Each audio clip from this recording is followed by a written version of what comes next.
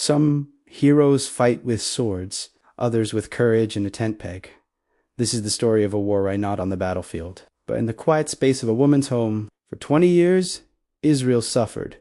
King Jabin of Canaan was a tyrant, and his commander, Sisera, enforced his rule with an army of 900 iron chariots. The Israelites were crushed, their spirit broken. Hope was a distant memory. Then came a voice in the darkness. Deborah, prophet, judged Israel from under a palm tree. She wasn't a king or a general, but she carried the word of God. She called for a man named Barak, a military leader. God had commanded him to gather an army and face Sisera. Barak hesitated. The odds were impossible. He would only go if Deborah went with him. She agreed, but delivered a stunning prophecy. The glory of this victory would not be his. The Lord will deliver Sisera into the hands of a woman, a statement that hung in the air, mysterious and absolute. The battle began. Barak's 10,000 men charged down Mount Tabor. Panic seized Sisera's army. The deadly iron chariots, their greatest strength, became their downfall, stuck in the mud of a flooding river. The mighty army collapsed into chaos. Sisera, the untouchable commander, abandoned his chariot and fled on foot, a king of war reduced to a desperate fugitive. He ran, exhausted and alone, searching for a safe place. He found the tent of Jael, the wife of Heber. Heber's clan had a peace treaty with King Jabin. Sisera saw it as a sanctuary, a neutral zone, a perfect hiding place. He believed he was safe. Jael met him at the door.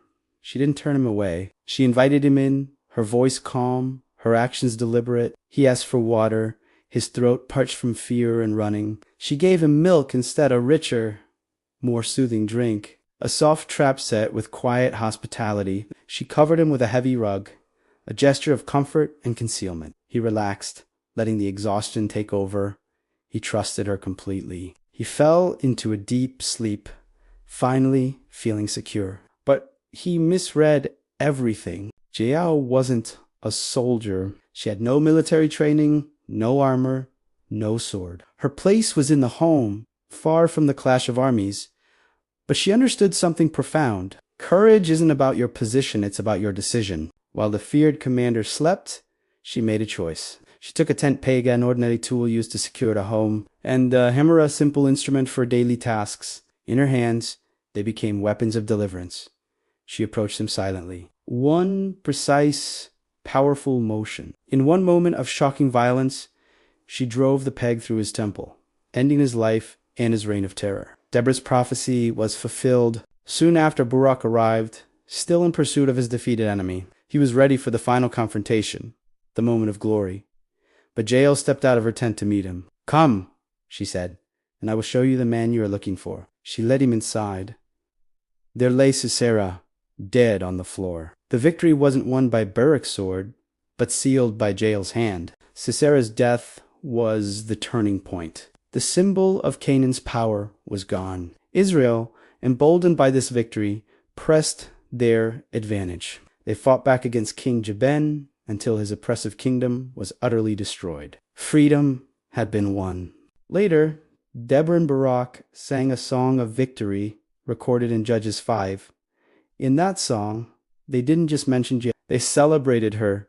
Most blessed among women is Jael, they sang, not blessed for her perfection or her piety, but for her bold, decisive action. She saw a moment, and she seized it. God used someone outside the expected narrative, beyond the lines of the battlefield, to bring about a nation's deliverance. The fight wasn't decided where everyone was looking, but inside a quiet tent, by a woman no one saw coming.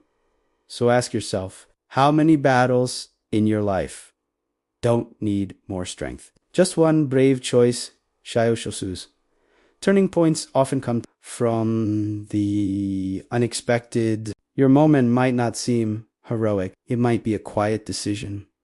A single istapi, a courageous yes when fear says no. But one act of courage can change everything.